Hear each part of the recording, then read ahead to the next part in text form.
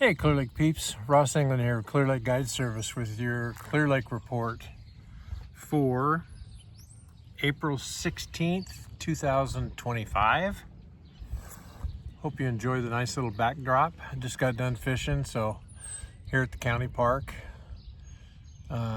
Today started out a little bit weird weather-wise with a marine layer that was covering everything up. The previous 2 days were just gorgeous. This one's turning out nicer than actually the forecast showed. So, okay, let's dive into it. Water temperatures, since I've been out, you're looking at anywhere from a starting temp of 60 to 62 all the way up to 67 and 68. Depending on where you are, how deep you are in cover, etc., which parts of the lake. So, you know, these mornings where the air temperature has been in the 50s have really got things started as far as water temps coming up and staying up, which also means that the fish are starting to get going. So, of course, everybody's still catching 30 pounds and everybody's got a 10-pounder. Water clarity, it's, you know, a phenomena that I've seen, and I've seen it in a number of different areas over the years. You know, if you're 100 yards offshore in 8, 10, 12, 13 feet of water, you might be able to see 6 to even 8 feet. We were in one spot yesterday where I saw very clearly, I could see a bait disappear down at about 8 feet, 8.5 feet. But when you go up shallower, trying to, you know, look for spawning fish, you got about 4.5 feet of visibility because there's an algae bloom going on, suspended stuff in general that's just all along the shoreline. And depending on where you go, either that azola is drifting in over the top, or just algae blooms, just because the water heated up so fast.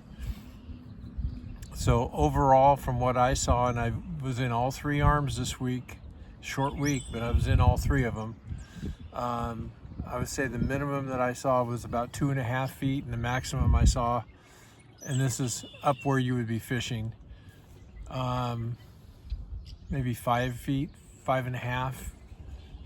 Would depend if the sunlight was right, you could see 5.5 feet. So overall though, it's looking good, but I'm a little nervous about, you know, as I've told you guys before, I love to sight fish, and I think unless you go crashing and bashing back in behind a lot of stuff that, you know, tends to filter the water, you're not going to see more than about 3 or 4 feet at the max, in my experience so far.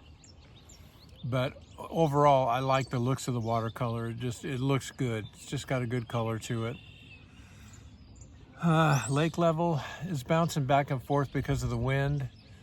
The most recent was 7.96. So I think more realistically, if it was calm, it would be more about 7.85. It's splitting hairs. The bottom line is it's almost a 1/2 foot higher than a full lake right now. So there's a lot of stuff around the lake.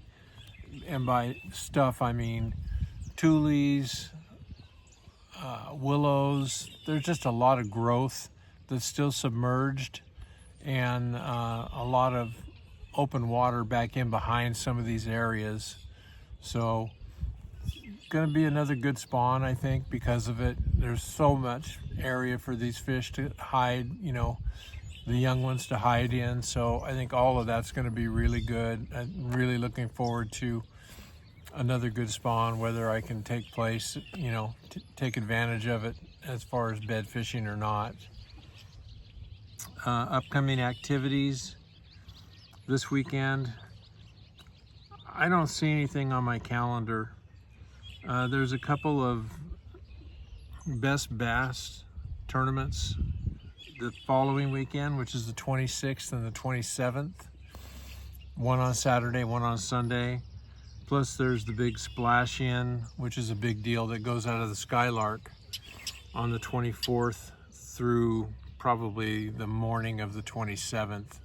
There'll be some float planes. If you're not familiar with what it is, it's a float plane deal.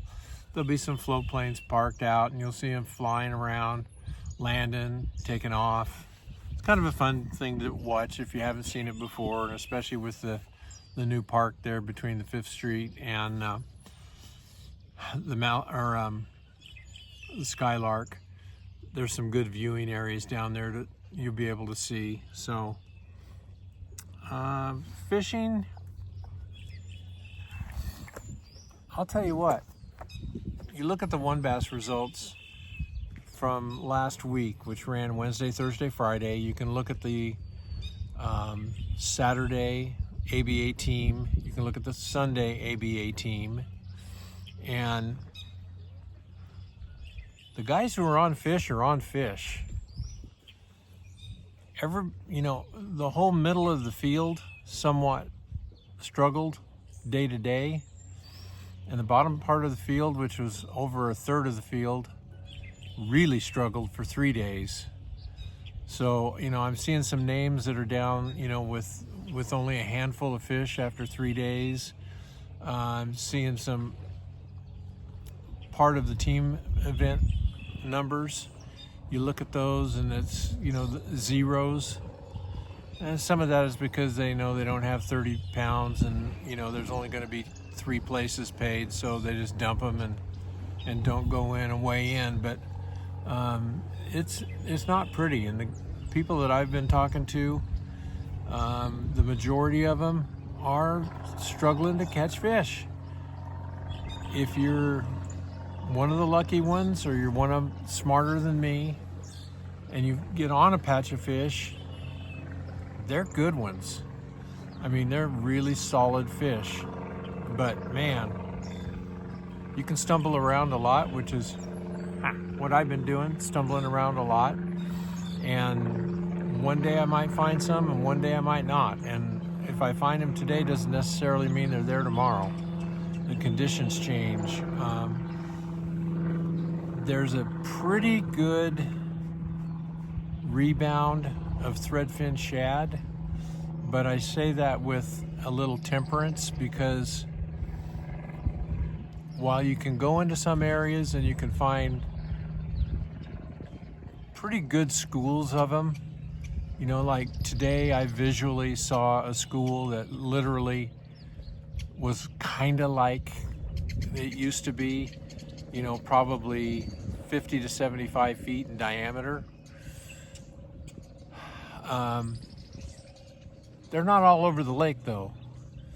And when the shad population was large, there were schools that were 100 feet long by 25 feet deep.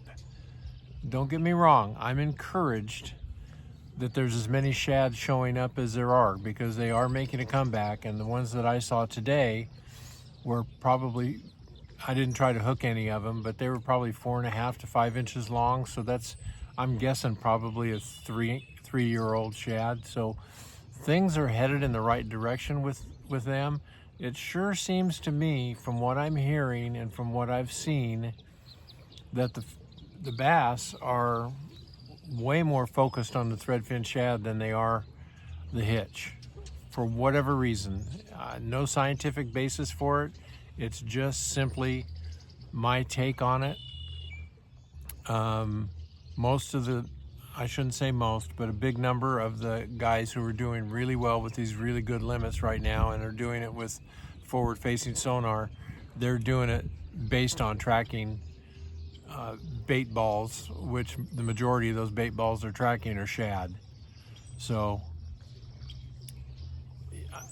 for all the noise and all the racket that we made for a couple weeks about, behaving yourselves when you get into Adobe Creek or Kelsey Creek and, get along, you can pull up there now and there's nobody there. So, And from what I saw, unless a little ball of shad moved through, you didn't really get a whole lot of bites or action. So that seems to be a key, and it sounds easier than it is. I mean, you just don't go and run the lake and find shad. The 2 times that I've seen them, and in decent quantities, I'm just going to lay it. That was an accident where I found them. So, but where I did find them, we caught fish, and we got away from the small fish. We caught better fish. So I don't think it makes any difference what you're throwing when you find that situation. Those fish are actively feeding or have been feeding on shad, so they're just keying in on it. So for what it's worth, that's my tip. I have been looking, and I'll continue to look and try to develop on my own some sort of a bed bite, because I just really enjoy doing that. I mean, that's just a fun way for me to fish. I like messing with them. I don't try to catch every fish I see. A lot of them I just watch unless I'm working. If I'm working, I usually won't mess with them if they're look like they're under 2.5 pounds. If we're going to spend our time fishing for one, I want it to be one that's, in the 4 pound and above range. So anyway, that will be my report. I know I skipped last week, doing the best I can. So we will see you next week, hopefully. I know I'll be out. The weather was absolutely gorgeous this week, so I couldn't pass on it. In fact, when I got done today, I actually felt like going back out and fishing some more, so that's a good sign for me. But at any rate, I've rambled enough. We'll see you on the next report.